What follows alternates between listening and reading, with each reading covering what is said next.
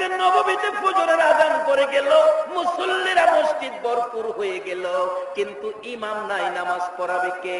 নামাজের সময় পার হয়ে যায়, মুসল্লিরা কানাঘুষা করেন, ইমাম কোথায়? হুজরাই খবর দিলে মা আয়েশা সিদ্দিকা বলেন, নবীজি হুজরাই নাই, মসজিদে দেখো, মসজিদে নাই, হুজরাই দেখো, পাওয়া যায় না রে।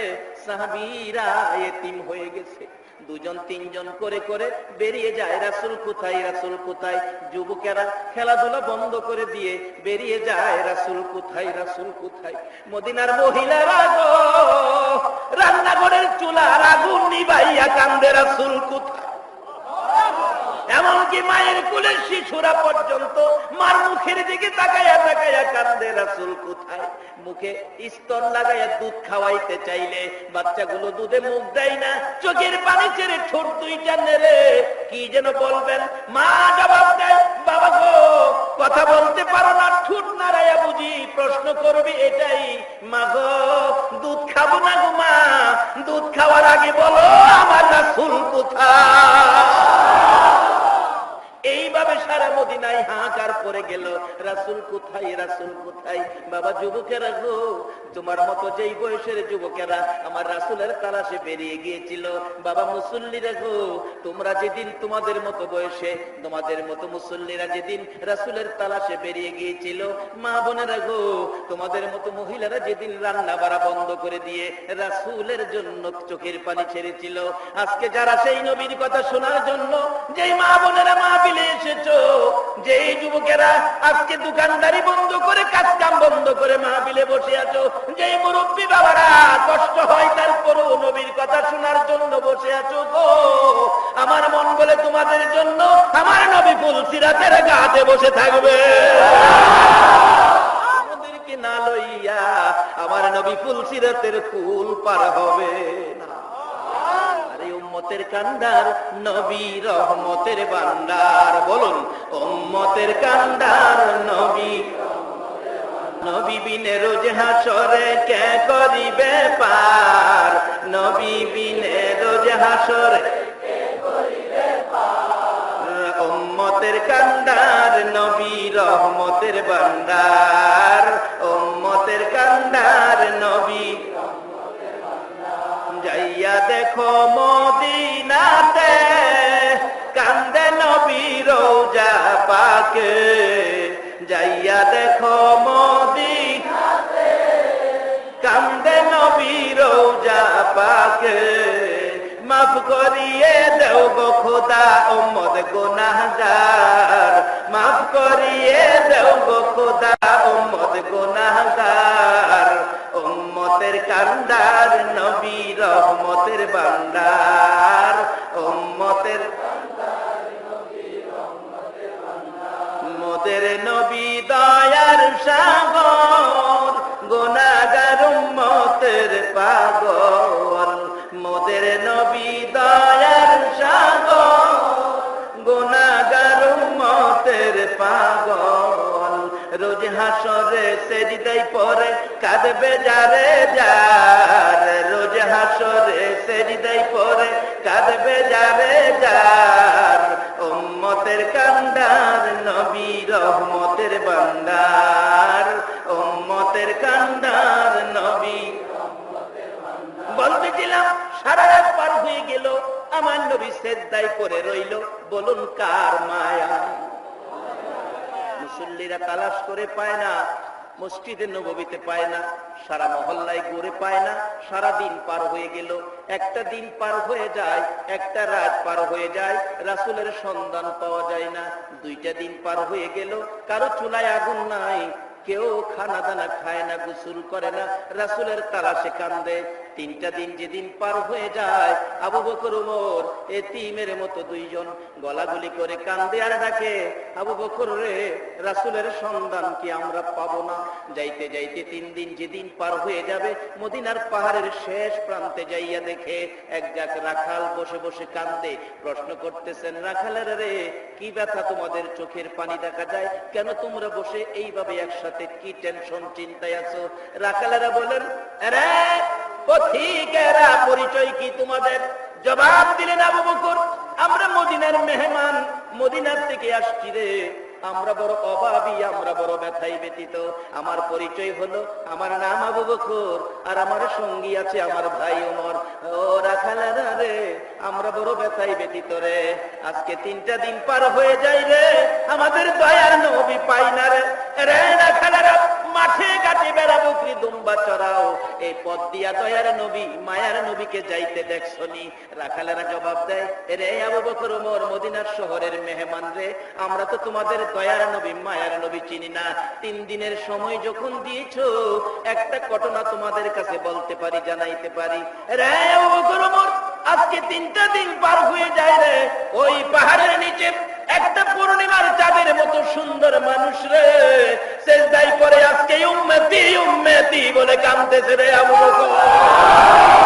আজকে 3টা দিন পার হয়ে যায়, এই মানুষটার পাশে আমাদের সকলের বেড়া বকরি দুম্বা গুলো কান্দে। এত আঘাত করি, এত প্রহার করি, আমাদের বেড়া বকরি দুম্বা গুলো নিতে পারতেছি না। আমরা এই বেড়া বকরি দুম্বা গুলো এত মারি যাইতে চায় না। লোকটার পাশে দাঁড়ায়া দাঁড়ায়া তারাও কান্দে। আবু বকর উমর রে, একটা বেড়া বকরি দুম্বা ও গাছ পানিতে মুখ লাগায় না। আবু বকর ডাকে, রে উমর, যার ভালোবাসায় বেড়া বকরি দুম্বা কান্দে রে, আমাদের দয়ার নবী ছাড়া কেউ হবে না। 3 দিন পর্যন্ত না ঘুমাইয়া না খাইয়া যেই নবী আপনার আমার ব্যথায় উম্মতি উম্মতি বলে কান্দে, এই নবী চিনা, নবীর উম্মত হওয়া, নবীর কথা মানা, বলুন আমাদের দরকার আছে কিনা? এই নবীর উম্মতের জন্যই তো জান্নাতের প্যাকেট কত সহজ দেখে সামনে আইসা পড়ছে। এই মাসটার নাম জানি কি? চাঁদ উঠলেই বেহেশতের দরজা খোলা, জাহান্নামের দরজা বন্ধ, শয়তানরে বাইন্দা আটকায় রাখে। এই মাসটার নাম কি? আর কয়দিন বাহি? কেউ কেউ তো ভয় পাইতেছে ওখান থেকে। গোলাপান রমজানের চাঁদ দেখে খুশি। রাসূল বলছে, রমজানের চাঁদ উঠলে যাদের খুশি লাগে এরা বেহেশতি। আবার কেউ কেউ দেখেন দমক দেয়, চিল্লাই না, সুবিধার চাঁদ নয় এটা, সারাটা দিন যা একটা সিগারেটও খাইতারি না। এখন কি এই যে জান্নাতে নেওয়ার প্যাকেটের মাস, আপনারা কি এটার সাথে সম্পর্ক রাখবেন না ভাঙবেন? এই রমজানের ইজ্জত করতে রাজি আছেন? ইজ্জত করলে কি হয়? ভাটি এলাকার ঘটনা আমার উস্তাদের মুখে শুনেছি। রমজান মাসে বিকালবেলা বাজার, হিন্দু ভদ্রলোক তার ছেলেকে গুড়ের মাহামুড়ি, যেটা আমরা মোয়া কই, মোয়া হাতে দিয়ে বলছে, রাস্তায় খাইস না, রোজা রাখছে মুসলমান, বাড়িতে যায় খাইবি। এই বাচ্চা মানুষ তো বুঝে না, বাজারতে বাইরিয়া প্যাকেট ছিঁড়া খাইতেছে। হিন্দু ভদ্রলোক কই, না করলাম খাইস না, মুসলমানেরা রোজা রাখছে। হ্যাঁ মাইরে এলাম, দৌড়াইয়া গিয়া হাপ্পুস শুরু করছে। কেন খাইতেছে? কেন খাইতেছে? অবশেষে মানুষ জিজ্ঞাসা, দাদা কি হলো, কেন মারতেছেন? মারতেছি মানে, হ্যাঁ মাইরে এলাম, না করছি রোজার দিন, দিনের বেলা রাস্তায় খাইস না, বাড়ি গিয়ে খাইবো। হ্যাঁ কেন রাস্তায় খাইতেছে? হ্যাঁ মাইরে এলাম। মুসলমানরাই ফিরাইছে। দাদা বাচ্চা মানুষ বুঝে না, থাক থাক। না না, হ্যাঁ ভাই আপনারা ফিরাইয়েন না। হ্যাঁ কথা শুনলো না গেলে রোজার দিন কেন? রোজার এটুক ইজ্জত করে ওই হিন্দু ভদ্রলোকের মৃত্যু হলে আমার উস্তাদ বলেছে, হিন্দুরা মরে গেলে, মারা যাওয়ার পরে তাদেরকে কই নাই বলুন? চিতা সালে। কিসের জন্য? ওই হিন্দু ভদ্রলোক এই রমজান মুসলমানদের জান্নাতের প্যাকেটের মাস, এইটুকুন ইজ্জতের কারণে ওই ভদ্রলোকের মৃত্যুর পরে চিতাশালে সারাদিন চেষ্টা করা হলো, তার গায়ের একটা পশম আগুনে পুরাইতে পারল না। আজকে সেই মুসলমান রমজানের রোজা রাখে না, আমার নবীর সামনে উম্মত বলে দাঁড়াইতে পারবে না। দাওয়াত দিলে দিবেন, না দিলে নাই, পেঁয়াজ ভাঙ্গা যাবো গাছটা। যারা রোজা রাখে না, হেরার লেগে কি ব্যামোজা ওই লাগতেছে। রোজা রাখলে ইজ্জত বাড়ে না না রাখলে বাড়ে? বাসস্ট্যান্ড মসজিদের খতিব তো, আর চট্টগ্রামে মাহফিল থাকে রমজানে, কয়েকটা মাহফিল চট্টগ্রামও করি, মহানগরে যাই, সকাল 10টার দিকে বৈরুপ থেকে ছাড়ে, সবাই দেখি যে কিছু খায় না, কি সুন্দর পরিবেশ, মাশাআল্লাহ রোজার দিন কিছু খায়। এক ভদ্রলোক বুঝি রোজা রাখে নাই, হ্যাঁ খালি দিক সেদিক চা, কেউ নি কিছু খায়, এর দেখা দিয়ে হ্যাঁ খাইব, দেখ কেউ কিছু খায় না। অবশেষে দেখি সিটের থেকে উঠিয়া যাইতেছে দরজার দিকে, আমি নজর রাখলাম, দেখি বাথরুমে ঢুকছে। ভাবলাম বাথরুমে ঢুকলো, ব্যাপারটা কি? আমি দরজার পাশে দাঁড়াইছি, দেখি বাথরুমের ফাহাদা দোয়া বাইরিতেছে। এতে কি বোঝা গেল কি করতেছে? আচ্ছা, আপনারা একটা কথা সুন্দর করে সুষ্ঠু চিন্তা করে জবাব দিবেন, বাথরুমে কি খাওয়ার জায়গা না পুরান মাল ডেলিভারি দেওয়ার জায়গা? আচ্ছা, আপনারা কি বাথরুমে কেউ গিয়ে খাইছেন? আচ্ছা, হেই ভদ্রলোক কি করতেছে বাথরুমে? আচ্ছা, বাথরুমে খাওয়াটা কি ইজ্জতের খাওয়া না বেইজ্জতির খাওয়া?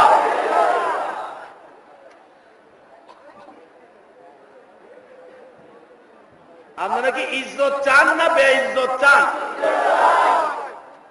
আরেক ভদ্রলোক দেখি বাসটিনের খতিব, তো মসজিদের বারিন্দায় দাঁড়ানো, দেখা যায় কোনাদা একবারে কোনার দিয়া সিগারেট বুঝি খাইবো, একটা দরাইছে, দরাইলে খাইব, দিনের বেলা টান দিলে দেখবো মানুষের কি করবো, হাতের মোড়ের ভিতরে সিগারেট নিয়ে হ্যাঁ মাথা নুয়ায়া টানে, তাই না দেখে দোয়া ছাড়বো কই, সাদা দোয়া তো দেখবো, দেখি বিপদ, মুখ ভর্তি ধোয়া, ওটা দেখলাম পকেটের মধ্যে মাথা। কি সিস্টেম করেছে রমজানের রোজা আপনাদের জন্য। রমজানের চাঁদ উদিত হলে জান্নাতের দরজা খোলা, জাহান্নামের দরজা বন্ধ।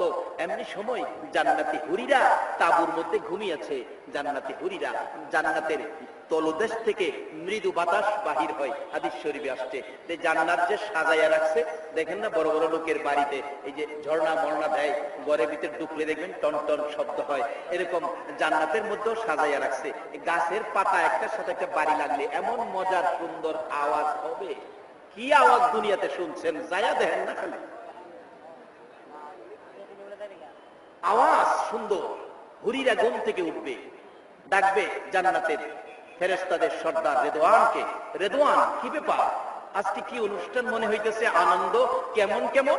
রেদওয়ান বলবে, খবর রাখো না, এটা রমজান মাস। আচ্ছা, আমাদের পাপ পুণ্য লেখার দুইজন ফেরেশতা আমাদের কাঁধে আছে না? এখনো আছে, কালকেও থাকবো। মনে রাখেন, এরা কিন্তু যায় না কোথাও। এদের নাম জানি কি? কিরমান। যদি আপনারা সব জানেন তাইলে আমারে দাওয়াত দেন কি লিখে? বুঝি নেন ব্যাপার। দুই ফেরেশতা ডাকবে, প্রভু গো, এই আনন্দে উল্লাসের মাস, বেহেশতের দরজা খোলার মাস, জাহান্নামের দরজা বন্ধের মাস। এই মাসে আপনার আদরের বান্দারা রোজা রাখলে বেশি নেক হবে। আমরা কি বেশি বেশি লেখতে হবে? আল্লাহ এই মাসে তোরা কি লিখবি? 11 মাস কি লেখছস দেখছি। এই মাসে তোদের হাতের লেখায় আমার পোষাইতো না।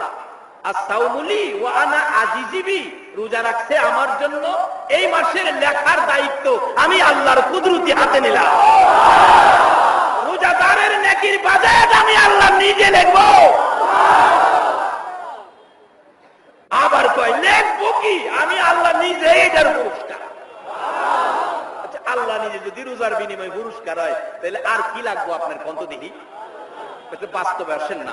এক বেচারা দোকানের কর্মচারী 30 জন, এর মধ্যে একটা কর্মচারী হ্যাঁ দেখতে কালা, কালা হইলে কি হ্যাঁ কাজ কাম ভালো।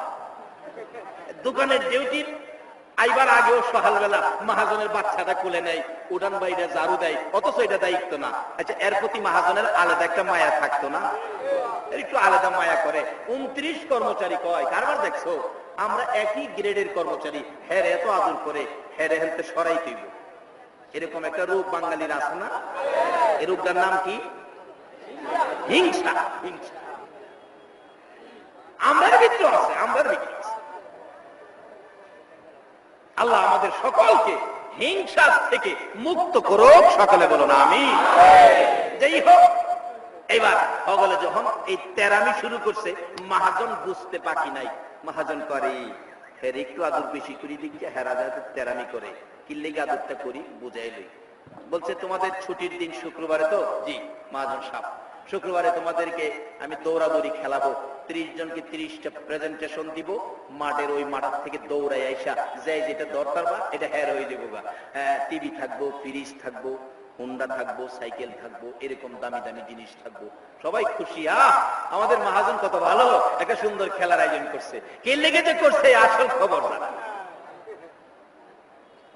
খবর শেষ হয়, ওই পাশে 30 কর্মচারী দাঁড়াইছে, মহাজন 30 প্রেজেন্টেশন দিয়া মাঝখানে বসে চেয়ারে বাঁশি ফু দিছে, দৌড়ে যাইতেছে যার জান্ডা ফাতলা।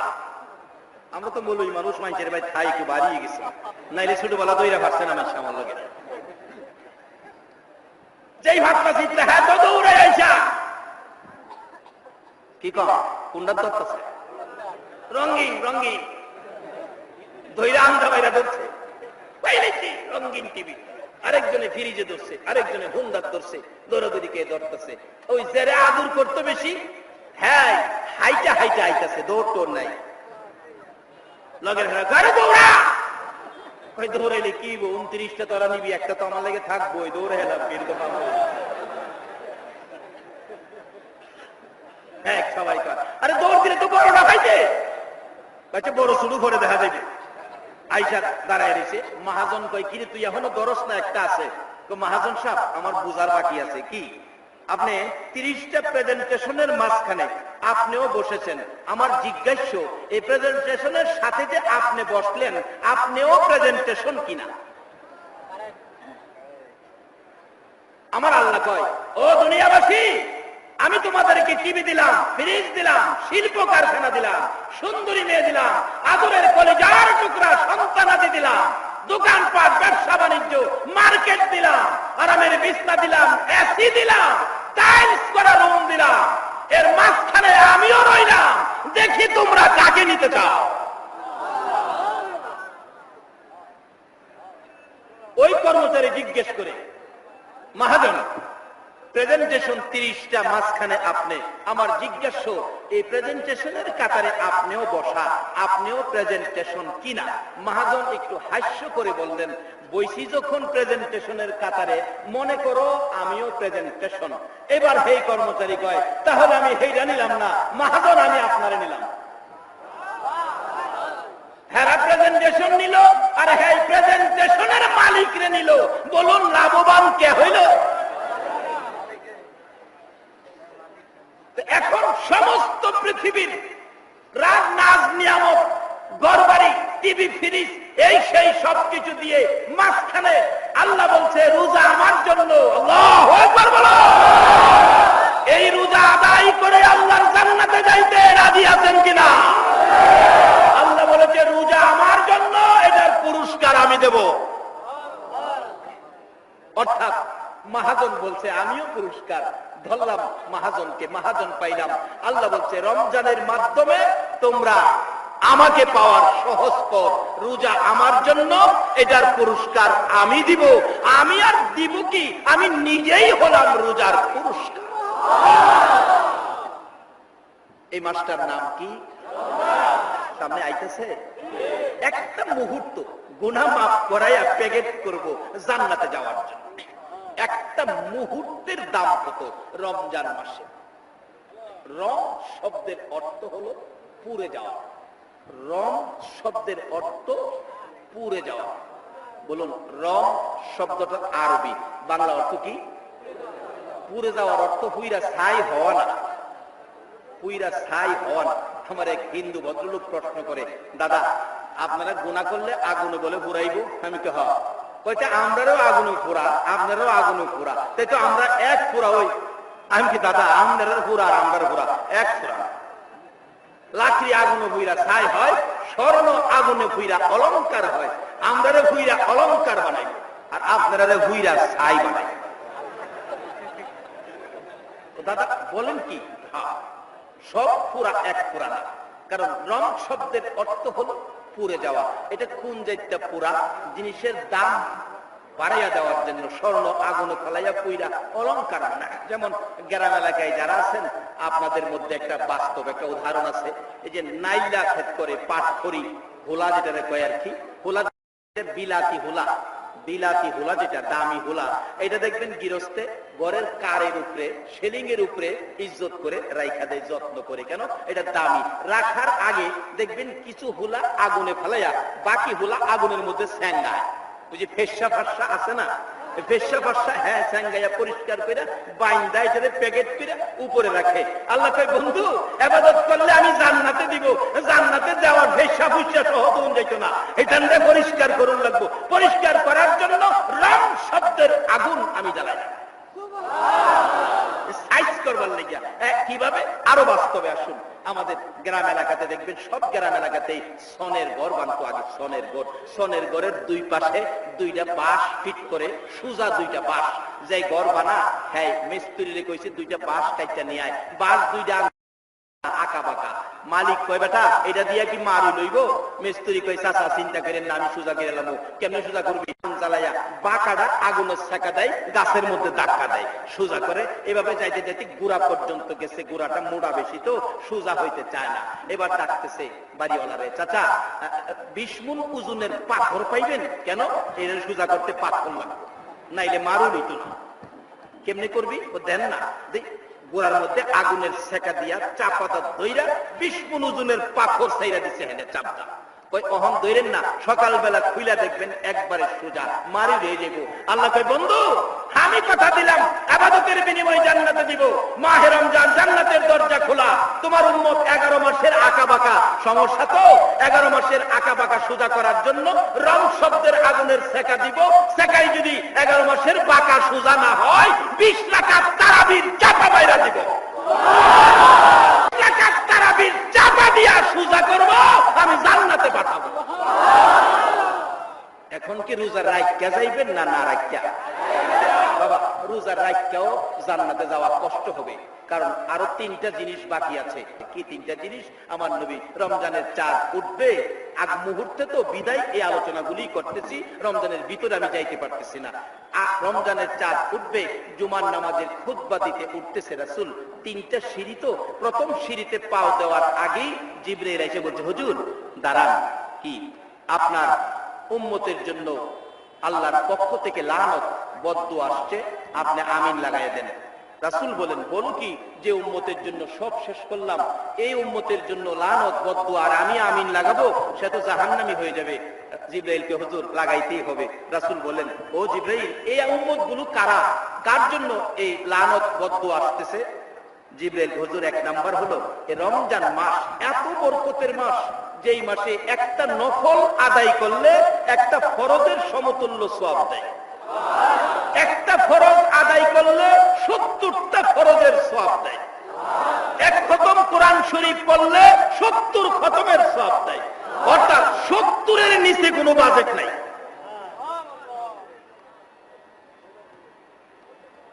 এইভাবে সবগুলি 70-এর উপরে বাজেট। যে আল্লাহ এত বরকত, এত মেহেরবানি করবেন রমজান মাসে, সেই রমজান মাস পায়া রোজা রাইখা যারা গুনাহ খাতা মাফ করাইতে পারছে না, তাদের উপরে আল্লাহ লানত। রাসূল বলেন, এত দয়া করবে আল্লাহ, রোজা রাখবে না, এমন উম্মত আমার দরকার নাই। রাসূল এর মধ্যে আমিন লাগাইয়া দিছে।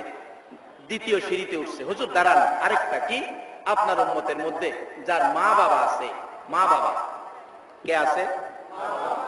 অথবা 2 জনের একজন আছে, বুড়া হয়ে গেছে মা অথবা বাবা। মা বাবার খেদমত করে, মা বাবার খেদমত করে যারা জান্নাত কিনতে পারে নাই, তাদের উপরে আল্লাহর লানত। কার খেদমত করে? মা বাবা চিনছেন?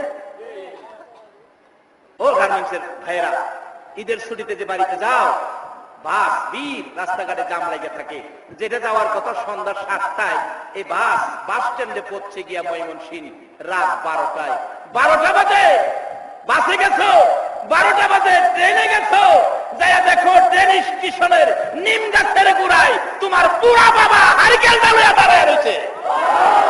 বাস স্ট্যান্ডের কিনারে তোমার আদরের বাবা এতিমের মতো তোমার আশায় দাঁড়াইয়া রয়েছে। এই বাবাকে যদি কষ্ট দিয়ে থাকো, রমজানের রোজা দিয়ে জান্নাতে যাওয়া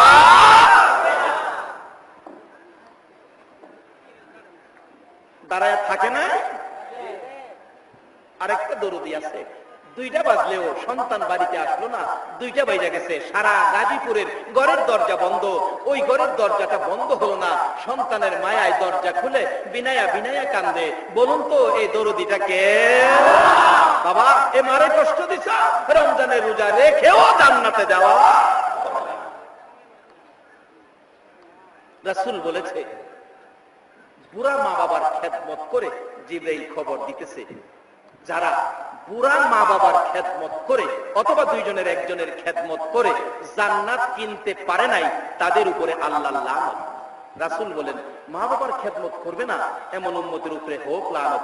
রাসূল আমিন লাগাইয়া দিছে। কোন মা বাবা, কত মর্যাদা, কত গুরুত্ব মা বাবার।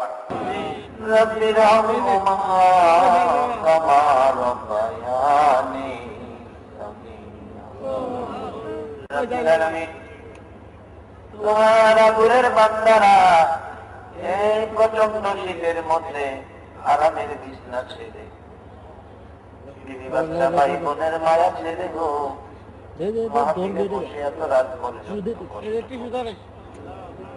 মায়ার নজরে তাকিয়ে দেখো, কুদরতি চোখে তাকিয়ে দেখো, তোমার বান্দারা দুটো করে হাত তোমার কাছে বাড়াইছে। দুনিয়ায় দেখেছি সন্তান বাবার কাছে হাত বাড়াইলে বাবা 500 টাকার নোট হাতে দেয়, মার কাছে হাত বাড়াইলে মা বলে তুমি হাত বাড়াইছো, মন চাই কলিজাটা চিরা দিয়া দিতে। মা বাবার মতো দরদি যদি সন্তানের হাত থাকলে কেউ কলিজা চিরা দিতে চাই, বাবা 500 টাকার নোট দেয়। তোমার আদুরের বান্দারা তোমার 99 ভাগ মায়ার দুয়ারে হাত বাড়াইছে গো আল্লাহ, তুমি তাদের কি দিবা?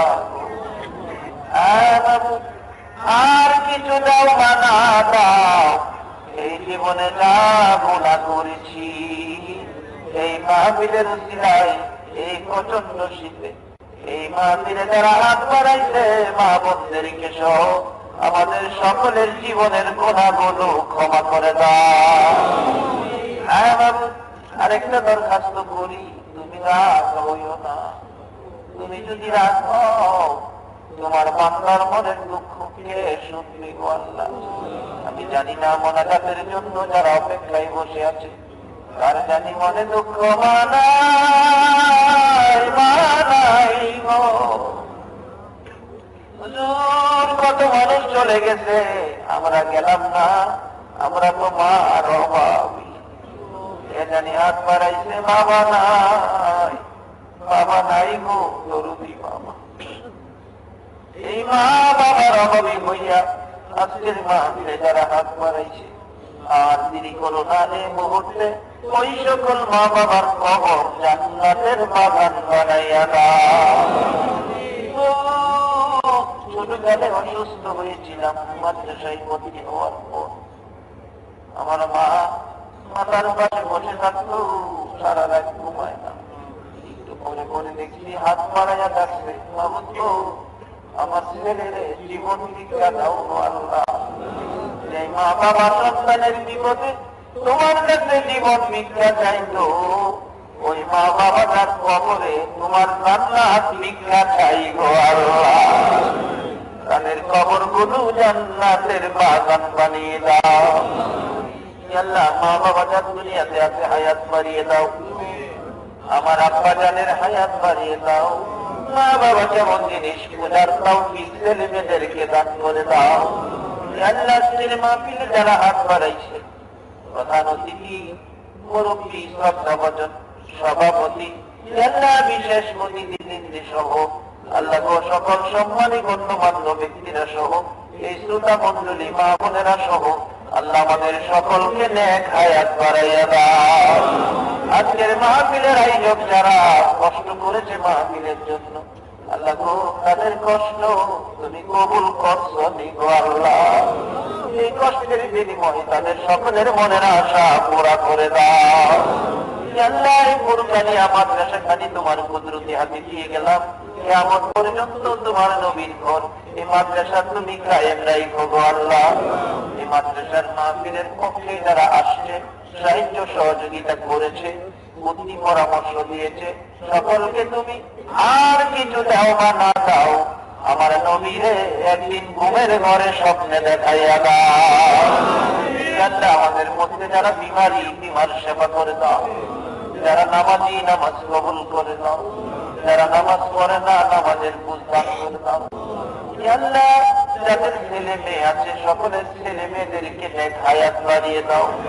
ছেলে মেয়েদের মুখে এতিমের দাগ লাগাইও না, ছেলে মেয়েদের মা বাবার হায়াত বাড়াইয়া দাও।